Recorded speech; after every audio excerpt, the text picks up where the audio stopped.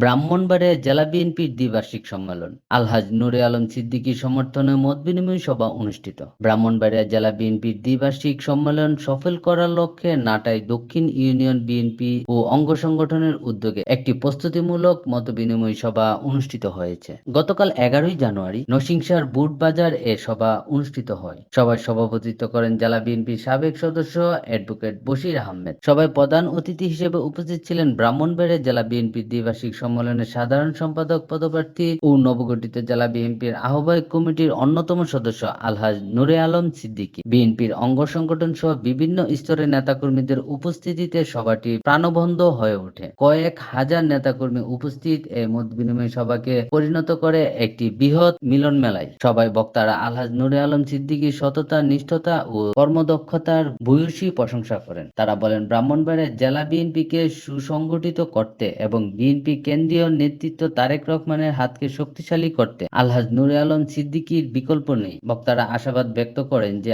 আসন্ন সম্মেলনে সাধারণ সম্পাদক পদে নূরে আলম সিদ্দিকীর বিজয় নিশ্চিত করতে সকলকে একযোগে কাজ করতে হবে। প্রধান অতিথি নূরে আলম সিদ্দিকী বলেন, রাজনীতি করি জনসেবার জন্য। জীবনের শেষ দিন পর্যন্ত আমি মানুষের সেবায় কাজ করতে চাই। ব্রাহ্মণবাড়িয়া জেলা বিএনপিকে শক্তিশালী ও সুসংগঠিত করার মাধ্যমে দেশের গণতন্ত্র পুনরুদ্ধার এবং জনসেবার নতুন দিগন্ত উন্মোচন করাই আমার লক্ষ্য। আপনাদের ভালোবাসা ও সমর্থন নিয়ে আমরা সম্মিলিতভাবে এগিয়ে যাব। নূরে আলম সিদ্দিকী আরো বলেন, দলীয় ঐক্যই বিএনপি শক্তি। তৃণমূল নেতাকর্মীদের সঙ্গে নিবিড় যোগাযোগ রেখে তিনি জেলা বিএনপিকে একটি শক্তিশালী অবস্থানে নিয়ে যেতে চান। সবাই নেতাকর্মীরা একসঙ্গে কাজ করার অঙ্গীকার ব্যক্ত করেন। আসন্ন সম্মেলনে নূরে আলম সিদ্দিকীর নেতৃত্বে একটি সংগঠিত ও কার্যকর জেলা বিএনপি গঠনের প্রত্যাশায় সবার কার্যক্রম শেষ হয়।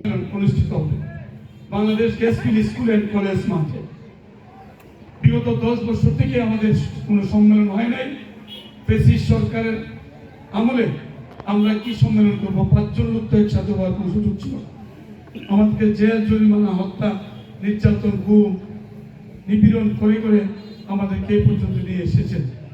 বহু নেতা জেল খেটেছেন, জেলে তার মৃত্যু হয়েছে, অনেকে গুম করেছে, অনেকে মেরে ফেলা হয়েছে, অনেক অত্যাচার অবিচার করেছে। আমরা এই সম্মেলনটা ব্রাহ্মণবাড়িয়া জেলায় এমন একটি সম্মেলন করতে চাই যে সম্মেলন দেখে বাংলাদেশের 64টি জেলার মানুষ একযোগে বলতে পারবে যে ব্রাহ্মণবাড়িয়া মাটি আলহাজ অ্যাডভোকেট হারুন আল রশিদের মাটি। সেই কথাটা আমাদের নেতা আলহাজ অ্যাডভোকেট হারুন আল রশিদ সাহেব কানে শুনতে পাবেন যে ব্রাহ্মণবাড়িয়া আবার জেগে উঠেছে। ওনার দিল অনেক বড় হয়ে যাবে। আমরা সকলে ওনার জন্য দোয়া করি।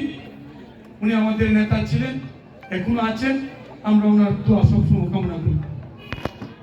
সেই সাথে বলতে চাই, এই ব্রাহ্মণবাড়িয়া জেলা বিএনপির সম্মেলনে আমি আপনাদের এলাকার সন্তান হিসেবে